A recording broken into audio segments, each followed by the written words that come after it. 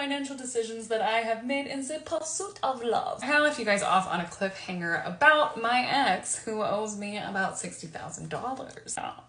Remind you, he was a business owner, and while we were dating, I had seen him semi-successfully complete a couple projects that got the investors their return on their money. And I don't want to get specific into what kind of business he owns because I don't want to identify him, even though I want to identify him. And I say semi-successfully because one of the two projects that he completed, he got sued for, even when I was dating him. Mind you, this is happening when I am broken up with him. Yes, because I am that stupid. I had finally started like budgeting and saving, and I had $5,000 to my name at the time. And I was like, ooh, my ex is promising a 20% return on this money if I invest it in his company. Mind you, this man cheated and lied on me the entire time we were together. But I still was like, let me trust him with my entire life savings. I give him the $5,000, and a couple months go by, the project gets finished, and he's like, okay, here's your 20% profit. Do you want to reinvest it or do you want to cash out? And I was like, reinvest it, baby. And then I also added in more money. And that happened over and over. And I even sold my car and gave him the money that I got from the car.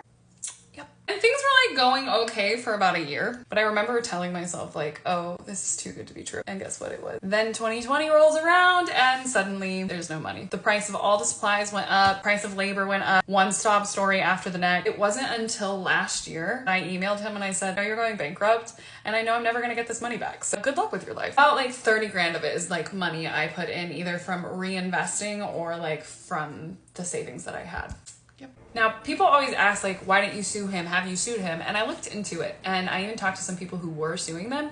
They were getting nowhere with suing him. There was nothing happening, and they were sinking more money into lawyers to try and get something to happen. So I just kind of cut my losses because I was like, I don't want to invest more money into this than I already have. Lesson learned. I got plenty more of these where they came from, so just buckle up.